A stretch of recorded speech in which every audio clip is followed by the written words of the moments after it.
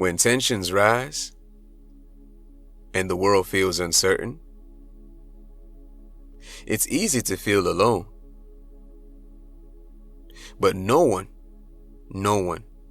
has to face it by themselves.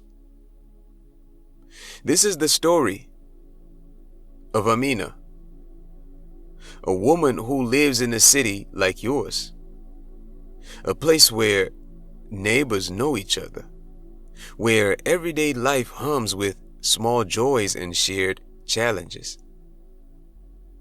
One day, news of unrest began to ripple through the streets. Rumors of protest, increasing police presence, whispers of curfews. The atmosphere shifted, slowly at first, then all at once. But Amina chose a different path, one of calm, preparation, and community. This is how she, her family, and her neighbors moved through uncertainty, and how you can too. It started with the news, unusual headlines, official warnings, reports of growing tensions. Amina noticed the changes around her too. Friends speaking in hushed tones, police cars driving slower, streets quieter than usual. She knew these were signs, the early signals of unrest.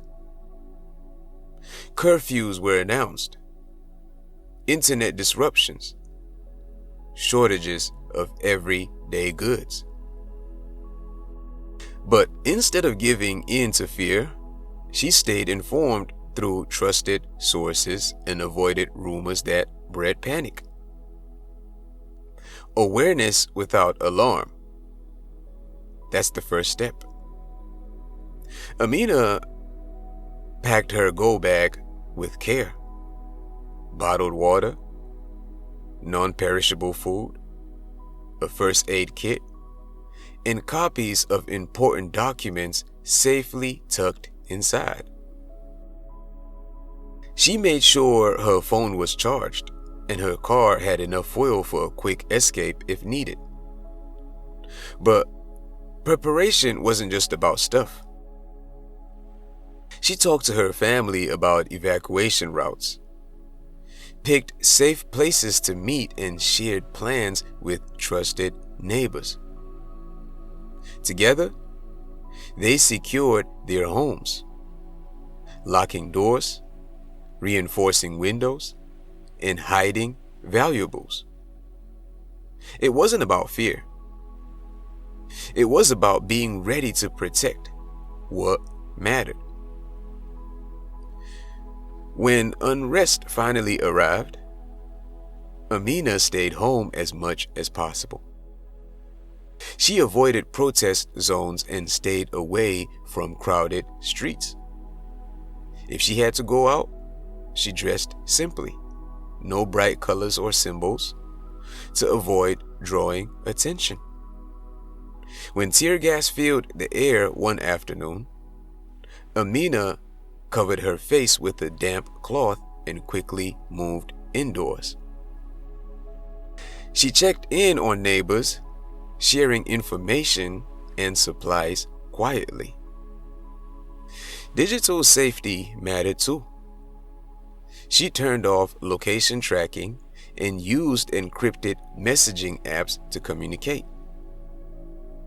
The power flickered and the silence was heavy, but calm replaced panic. She practiced deep breathing, reminded her family to stay hopeful, and kept routines as normal as possible. Calm was a choice, and in those moments, it made all the difference. Sometimes staying safe means leaving. Amina knew the warning signs: roadblocks, curfews, on patrols, and then when it was time, She didn't hesitate. She grabbed her go bag, checked in with her loved ones, and followed the evacuation plan she prepared. Leaving early gave her options. The roads were still open, and help was nearby. She supported neighbors who needed help packing and traveling, because community means no one gets left behind. The journey wasn't easy, but it was a step towards safety. A choice made stronger by preparation and solidarity.